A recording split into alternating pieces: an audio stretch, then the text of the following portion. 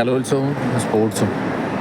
ഈ കലോത്സവത്തിനാണെങ്കിൽ വളരെ വർണ്ണപ്പകിട്ടായ ഒരുപാട് സംഭവങ്ങൾ നടത്തുകയും ഒരുപാട് പ്രോഗ്രാം നടത്തുകയും ഒരുപാട് പണം ചെലവഴിക്കുകയും ചെയ്യും. ഗവൺമെൻറ് ആണെങ്കിൽ വലിയ രീതിയിൽ അത് വലിയൊരു ആഘോഷം പോലെ, അതായത് വലിയ വലിയ നടന്മാരെയൊക്കെ കൊണ്ടുവന്ന് വലിയ രീതിയിലുള്ള, ഇപ്പോൾ കഴിഞ്ഞോണം മമ്മൂട്ടിയാണ് കൊല്ലത്ത് ഉദ്ഘാടനം ചെയ്യുന്നത്, അത്ര വലിയ കൊട്ടിഘോഷിച്ച് നടത്തും.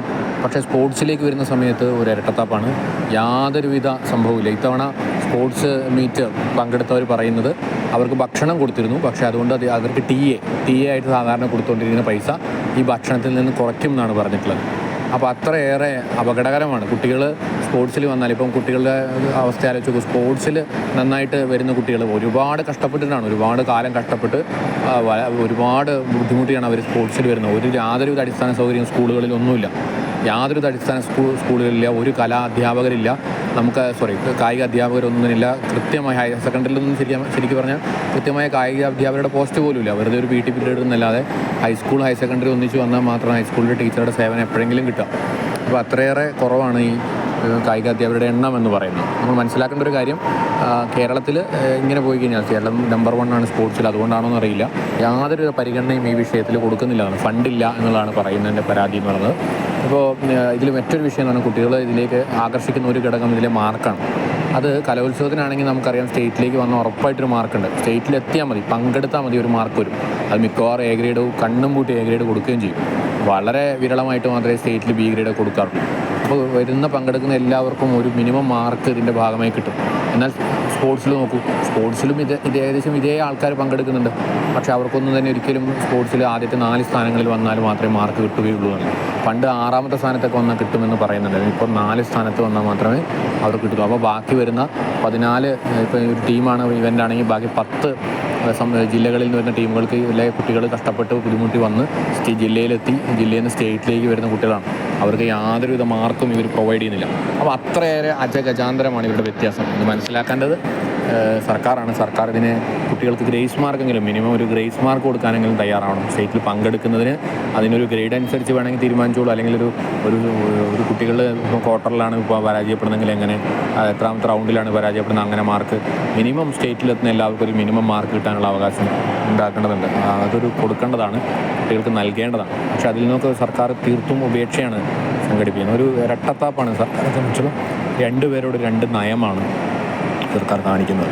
അത് വിദ്യാഭ്യാസ മന്ത്രി, നിങ്ങൾ ഈ വീഡിയോ കാണുന്നവരാരെങ്കിലും ഉണ്ടെങ്കിൽ അത് വിദ്യാഭ്യാസ മന്ത്രിയുടെ ശ്രദ്ധയിൽപ്പെടുത്താനുള്ള ഒരു തീരുമാനം നിങ്ങൾ എടുക്കേണ്ടതാണ്. അത് കേരളത്തിനെ സംബന്ധിച്ചിടത്തോളം കേരളത്തിലെ വിദ്യാർത്ഥികളുടെ, സ്പോർട്സ് ഇഷ്ടപ്പെടുന്ന വിദ്യാർത്ഥികൾക്കുള്ള സപ്പോർട്ട് കൂടിയാണത്. വരും തലമുറ നമ്മുടെ സ്പോർട്സിനെ പൂർണ്ണമായി അവഗണിക്കാനുള്ള സാധ്യതയുണ്ട്. കാരണം ഇതിൽ നിന്ന് യാതൊരുവിധ സപ്പോർട്ടും ഗവൺമെൻറ് ഭാഗത്ത് ഉണ്ടാവുന്നുള്ളൂ. മാർക്ക് നിങ്ങൾ ആലോചിക്കുക, സ്റ്റേറ്റിൽ മത്സരിക്കുന്ന ഒരു കലാമത്സരത്തിൽ പങ്കെടുക്കുന്ന ഒരാൾക്ക് ഉറപ്പായിട്ടും സ്റ്റേറ്റിൽ പങ്കെടുത്താൽ മാർക്ക് കിട്ടും, അത് സംശയമില്ല. അവന് ഉറപ്പാണ്. ജില്ലയിൽ ഫസ്റ്റ് കിട്ടിയാൽ അവൻ ഉറപ്പിച്ചു, അവന് കിട്ടിക്കഴിഞ്ഞു. പക്ഷേ സ്റ്റേറ്റിലേക്ക് വരുന്ന ഒരു കായികപരമായിട്ടുള്ള ഒരു വിഷയമായിട്ട് വരുന്ന ഏതെങ്കിലും ഒരു അത്ലറ്റിന് അല്ലെങ്കിൽ ഒരു സ്പോർട്സ്മാൻ ഒരിക്കലും തന്നെ ഒരു മാർക്ക് കിട്ടുന്നില്ല. അവൻ 4ാം സ്ഥാനത്തോ 5ാം സ്ഥാനത്തോ ആയിപ്പോകും, 6ാം സ്ഥാനത്തോ ആയിപ്പോകുന്നത് അവൻ്റെ കഴിവുകൊണ്ട്. അതിനേക്കാൾ നന്നായിട്ട് ആൾക്കാരുള്ളതാണ്. പക്ഷേ എന്നാൽ കൂടി അവൻ അത്രയും കോമ്പീറ്റ് ചെയ്തിട്ടാണ് വരുന്നത് ജില്ലയിൽ നിന്ന്. അപ്പോൾ സ്റ്റേറ്റിൽ പങ്കെടുക്കുന്ന എല്ലാവർക്കും ഒരു ഗ്രേസ് മാർക്ക് സ്പോർട്സിൻ്റെ ഭാഗമായി നൽകണം. ഇതൊന്നും വലിയ ആനക്കാര്യമൊന്നുമില്ല. കാരണം NSSൻ്റെ മാർക്ക് കൊടുക്കുന്നുണ്ട്. ഇപ്പോൾ എല്ലാ മാർക്കും കൊടുക്കുന്നുണ്ടല്ലോ. NSS പോലെ തന്നെ NSS ഒക്കെ ശരിക്കും ഒരു സമയത്ത് മാത്രം പങ്കെടുക്കുന്നതാണ്. ഒരു 2 വർഷം, മാക്സിമം 1 വർഷം. ആദ്യത്തെ വർഷമാണ് ഇതൊക്കെ പണിയെടുക്കുക. സെക്കൻഡ് ഇയർ ഒന്നും വലിയ പണി ഉണ്ടാവില്ല. ഫസ്റ്റ് ഇയർ മാത്രമാണ് +1 കൊടുക്കുന്നത്.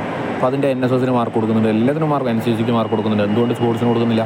സ്പോർട്സിനൊരു 100, അതായത് സ്റ്റേറ്റിൽ പങ്കെടുത്ത എല്ലാവർക്കും ഒരു മിനിമം മാർക്ക്, ഇത്ര ശതമാനം മാർക്ക് കൊടുക്കാൻ ഗവൺമെൻറ് തയ്യാറാവേണ്ടതാണ്.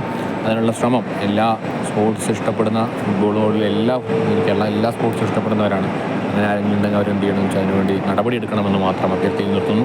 ഇന്നത്തെ വിഷയം വളരെ ഗൗരവപരമാണ്. കുട്ടികളെ സംബന്ധിച്ചിടത്തോളം, അവരുടെ പാരൻസിനെ സംബന്ധിച്ചിടത്തോളം, കായിക അധ്യാപകരെ സംബന്ധിച്ചിടത്തോളം, അതുപോലെ നല്ല കായികം ഇഷ്ടപ്പെടുന്ന ആൾക്കാരെ സംബന്ധിച്ചൊക്കെ വളരെ പ്രധാനപ്പെട്ടതാണ്.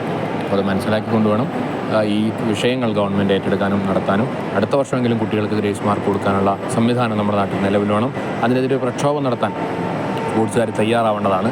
ഇപ്പോൾ തന്നെ അതിൻ്റെ അടിസ്ഥാന സൗകര്യങ്ങളൊക്കെ വളരെ കുറഞ്ഞ ഇതിലാണ് നടത്തുന്നത്. വളരെ ചുരുങ്ങിയ പൈസയ്ക്കാണെന്ന് പറയുമെങ്കിലും ആ രീതിയിലുള്ള ഒന്നുമില്ല. ബസ് സംവിധാനങ്ങളില്ല. വലിയ രീതിയിലുള്ള പരാതികൾ സ്പോർട്സ് മീറ്റുമായിട്ട് ഓൾറെഡി ഗെയിംസുമായിട്ട് ബന്ധപ്പെട്ട് വന്നു കഴിഞ്ഞു. അപ്പോൾ ഈ മാർക്കെങ്കിലും കുട്ടികൾ കിട്ടിയാൽ അവർക്കൊരു ആശ്വാസമായിട്ട് മാറും എന്നാണ് എനിക്ക് പറയാനുള്ളത്. അപ്പോൾ നിങ്ങളെല്ലാവരും തന്നെ അതിനുവേണ്ടി വലിയ രീതിയിലൊരു പ്രക്ഷോഭത്തിൻ്റെ ഭാഗമായി ഇത് വിദ്യാഭ്യാസ മന്ത്രിയുടെ കണ്ണിൽ പെടുന്നത് വരെ ഈ വീഡിയോ ഷെയർ ചെയ്ത് മുന്നോട്ട് പോകണം എന്നാണ് പറയാനുള്ളത്.